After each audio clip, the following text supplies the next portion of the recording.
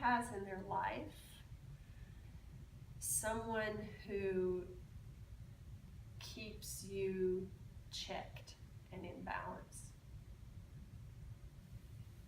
Hopefully everyone has that, right? That person who, you know, does the function of checks and balances for you. And they are these people in our lives who, they're not the yes people all the time. They're deeply supportive, but they're not always the one who's just saying what you want to hear, right? And that they are the ones who are ultimately, in the word coming out of the Celtic languages, are the anam, cara. And in the Sanskrit language, then it is called the kalyanamitra. And what those two words mean are in both languages is the friend of the soul. And so when we're in a relationship, whether it be, you know, a partnered relationship or a sibling or a parent or a friend who is the one who is really taking care of your soul, so much so that they're willing to be the check and balance. They're willing to say, you know what, I love you, but you're off base. You've overstepped a line.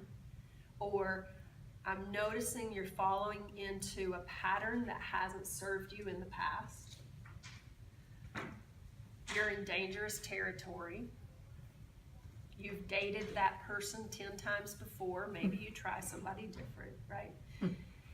That the friend of your soul, not only are they there to support you and uplift you and make you feel good because you are good, but they are there to call you out when you need it.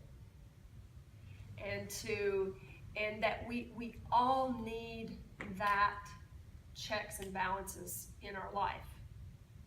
We need it socially, culturally, politically. We need it. We need it in our own lives, because it's a very rich experience to have someone who loves you that much and they care about your soul's trajectory, that they're willing to say, let's rein that in a little bit, right? And when we have that, it's a very deep relationship that has 4 pillars to it, which are the pillar of trust. There's a pillar of desire to be in that relationship.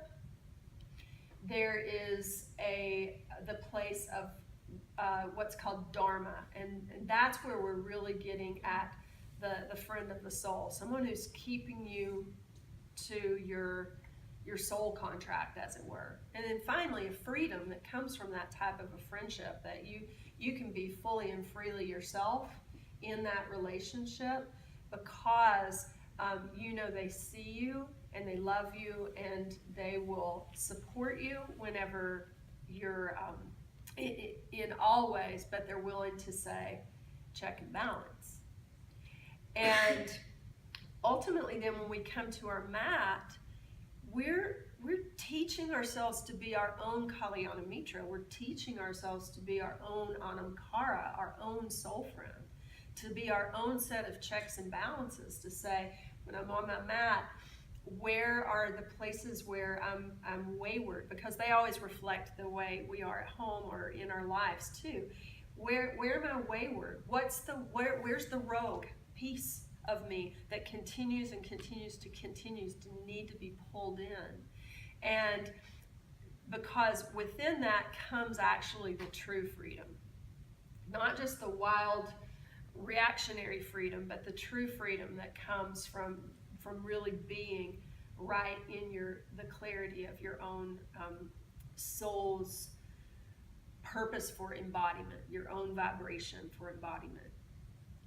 And so as we're practicing, we just want to think about that. We want to say, how can I be the friend of my soul? And sometimes that's being completely it's always being completely supportive, but sometimes that looks one way and sometimes it looks another. Sometimes it says, hey, I need to call you back to center for a minute. I need to call you back to center. I need to actually ground you for a moment. I need to actually hold space for you in this moment.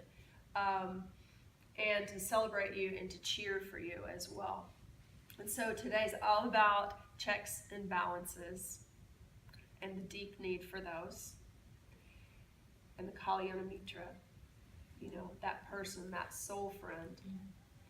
So go ahead and begin to drop inward.